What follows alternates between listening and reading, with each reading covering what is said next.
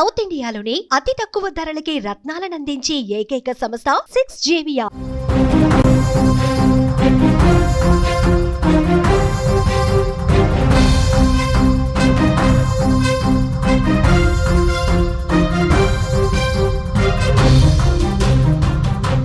ప్రపంచంలో అగ్రరాజ్యమైన అమెరికాకు ఇప్పుడు ఒక కొత్త భయం పట్టుకుంది. ఇన్నాళ్ళు ప్రపంచాన్ని తన గుప్పిట పెట్టుకునే ఆధిపత్యం చెలాయించిన అమెరికాకు ఇప్పుడు అదే ప్రపంచ దేశాలు ఒక్కటవుతుండడం చూసి వెన్నులో వణుకు పుడుతోంది. అమెరికాకు ప్రపంచ దేశాలు ఒక్కొక్కటి ఏకం కావడంతో ట్రంప్కు భయం పట్టుకుంది. ఇన్నాళ్ళు విభజింపు పాలించు అన్నట్టుగా విభజించు పాలించు ఇదే సూత్రాన్ని అవలంబించింది. అమెరికా దేశాల మధ్య చిచ్చు పెట్టి ఆ చిచ్చులను పరిష్కరించే దిశగా ఉన్నట్లు యాక్టింగ్ చేస్తూ పెద్దన్నగా ఎదిగింది. కానీ ఇప్పుడు కథ మారుతోంది. ట్రంప్ ఎప్పుడైతే తన అక్కసును ప్రపంచ దేశాల మీద చూపించడం మొదలుపెట్టాడో అప్పుడు అమెరికా అయోమయంలో పడింది. అమెరికా రూల్స్ కఠినతరం చేయటం, దేశాల మీద టారిఫ్స్ వేయటం వంటివి చేస్తూ ప్రపంచ దేశాలని ఇండైరెక్ట్గా ఏకం చేస్తున్నాడు డొనాల్డ్ ట్రంప్. ఇప్పుడు అందరూ కూడా ఒక్కటిగా కలుస్తున్న పరిస్థితి అమెరికాకి వ్యతిరేకంగా. మొన్న ఏసీఓ సదస్సులో మోదీ, పుతిన్, జిన్పింగ్ కలవటం, నిన్న చైనా, ఉత్తర కొరియా, రష్యా కలిసి సైనిక పరంగా, దౌత్యపరంగా స్నేహంగా కలిసి సాగుతుండటం చూసి అమెరికా అధ్యక్షుడు డొనాల్డ్ ట్రంప్ అప్రమత్తమయ్యారు. సెప్టెంబర్ 3న బీజింగ్లో జరిగిన భారీ సైనిక పరేడ్లో చైనా అధ్యక్షుడు జిన్పింగ్, రష్యా అధ్యక్షుడు పుతిన్, ఉత్తర కొరియా నాయకుడు కిమ్ జోంగ్ ఉన్ ఒకే వేదిక మీద నిలబడటం అమెరికా అధ్యక్షుడు డొనాల్డ్ ట్రంప్ను తీవ్రంగా కలవరపెట్టింది.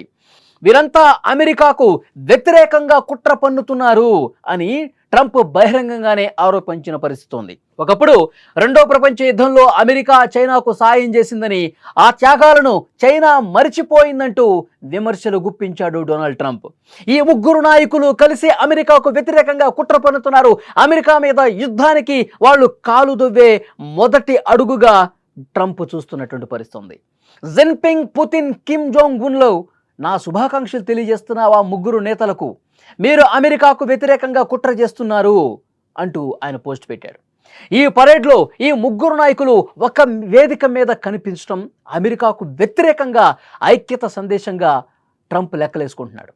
ఈ సందర్భంగా ట్రంప్ రెండవ ప్రపంచ యుద్ధంలో అమెరికా చైనాకు అందించినటువంటి సాయాన్ని గుర్తు చేస్తూ అమెరికా సైనికుల త్యాగాన్ని మీరు గౌరవించాలి, ఎందుకంటే మీ సైనికుల్ని కాపాడటం కోసం మా సైనికులు ప్రాణాలు వదిలారు, మరి ఈ త్యాగాలను గుర్తిస్తావా జిన్పింగ్ అంటూ ప్రశ్నించినటువంటి పరిస్థితి ఉంది.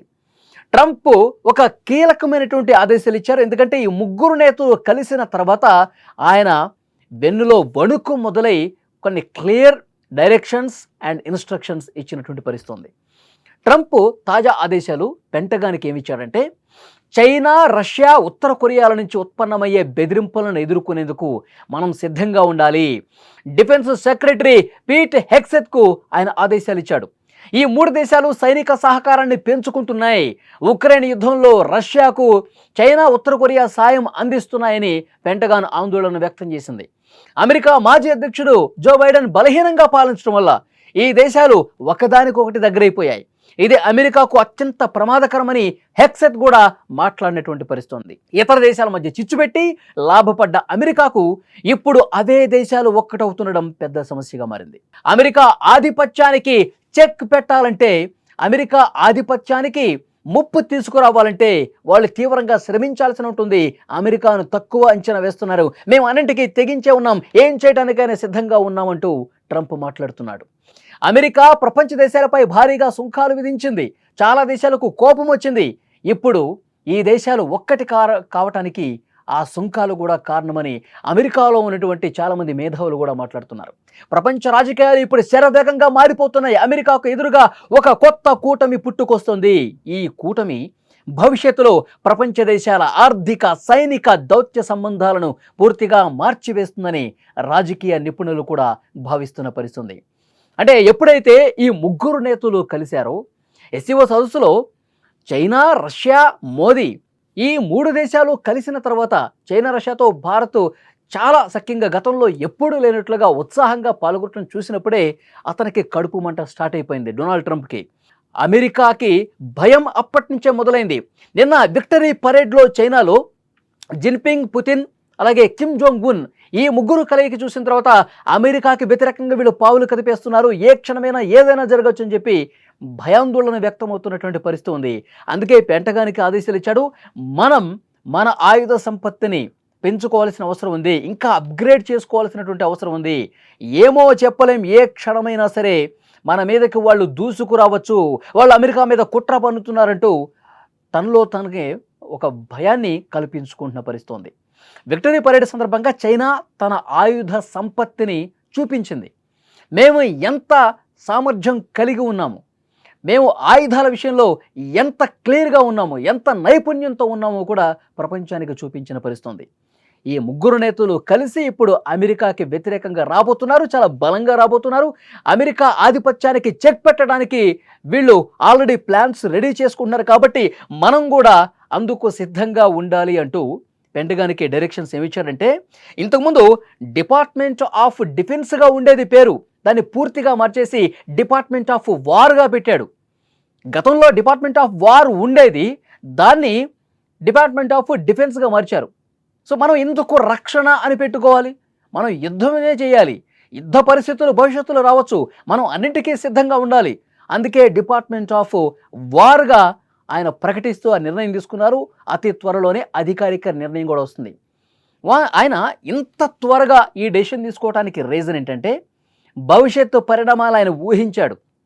అమెరికా సుంకాలు వేస్తున్నటువంటి నేపథ్యంలో, దేశాలను ఇబ్బంది పెడుతున్నటువంటి నేపథ్యంలో ఏ క్షణమైనా సరే అమెరికాకి బుద్ధి చెప్పాలని చెప్పి వాళ్ళు అనుకుంటా ఉన్నారు. అమెరికా ఆధిపత్యానికి బలంగా ఒక గుణపాఠం చెప్పే దాంట్లో భాగంగా ఈ నేతలు కలుస్తూ ఉన్నారని చెప్పి అతను భావించాడు. కాబట్టి ఈ రకమైన నిర్ణయాలు తీసుకున్నాడు. ట్రంప్కి నిద్ర కరువైందని చెప్పి మాట్లాడుకున్న పరిస్థితుంది. రాజకీయ విశ్లేషకులు, మేధావులు అందరూ కూడా మాట్లాడుతున్నారు, సుంకాలు విధించి తప్పు మీద తప్పు చేస్తున్నాడు డొనాల్డ్ ట్రంప్, అమెరికా పతనానికి అతనే గోయి తీసుకుంటున్నటువంటి పరిస్థితి ఉంది అని చెప్పి చాలా స్పష్టంగా అర్థమవుతుంది. మోదీ మొన్న చైనాలోకి వెళ్ళినప్పుడు రష్యాతో చైనాతో భారత్ అంత సఖ్యతగా ఎందుకుంటుంది, సఖ్యతగా ఉంటే, మిత్రదేశంగా ఉంటే అమెరికాతో ఉండాలి, ఆ దేశాలతో కాదు అంటూ వాళ్ళు మాట్లాడిన పరిస్థితుంది. కానీ ఏ దేశంతో ఎలా ఉండాలో భారత్కి బాగా తెలుసు. మిత్రదేశంగానే చూసింది అమెరికాని, చాలా వరకు ఓపిక పట్టింది, సంయమనంతో ఉంది, సహనంతో ఉంది. కానీ డొనాల్డ్ ట్రంప్ పిచ్చి పరాకాష్ఠకు చేరి రష్యా దగ్గర మనం చమురుకుంటున్నామని ఇంకొక 25% ఎక్స్ట్రాగా సుంకాలు విధించినటువంటి పరిస్థితుంది. అప్పుడే అర్థమైపోయింది, మనకి అమెరికా కరెక్ట్ కాదు, అమెరికా నమ్మదగిన దేశం కాదు, అత్యంత స్వార్థపూరితమైనటువంటి అధ్యక్షుడు ఇప్పుడు అక్కడ ఉన్నాడు అని చెప్పి మనం భావించాం. కాబట్టి మనం మరిన్ని మిత్ర దేశాలను కలుపుకుంటూ బలంగా మన రాజకీయ అవసరాలకు అనుగుణంగా, భవిష్యత్తు పరిణామాలకు అనుగుణంగా ముందుకు కదులుతున్నాం. ఇది నచ్చట్లా డొనాల్డ్ ట్రంప్కి. ఇప్పుడు వీళ్ళ ముగ్గురు కలిసేసరికి కథ మొత్తం అర్థమైపోతుంది డొనాల్డ్ ట్రంప్కి. డెఫినెట్గా అమెరికా ఆధిపత్యం ఇంకా ఎన్నో రోజులు సాగదు. ఒక అద్భుతమైనటువంటి కూటమి, మనకంటే బలమైనటువంటి కూటమి, రష్యా, చైనా, తర్వాత north America, north Korea, Bharat, వీళ్ళందరూ కూడా కలిసిపోతున్నారు. మనకి వ్యతిరేకంగా చాలా బలమైనటువంటి కూటమిగా ముందుకు రాబోతున్నారు. మన జాగ్రత్తలో మనం ఉండాలి, మన ఆయుధ సంపత్తిని, మన సామర్థ్యాన్ని మనం పెంచుకోవాలి అని ఒక భయంతో డెసిషన్స్ తీసుకుంటున్నటువంటి పరిస్థితి ఉంది. సో డెఫినెట్గా ఈ పరిణామాన్ని మీరు ఏ విధంగా చూస్తారు? అమెరికా భయంతోనే ఈ విధంగా మాట్లాడుతున్నాడని భావించాలా? యుద్ధ భయం కమ్ముకుంది, అమెరికా ఆధిపత్యం ఇంకా ఎన్నో రోజులు సాగదు అని చెప్పి ఆ ఆందోళన ట్రంప్లో కనిపిస్తుంది అనుకుంటున్నారా? తప్పకుండా కామెంట్ రూపంలో తెలియజేయండి.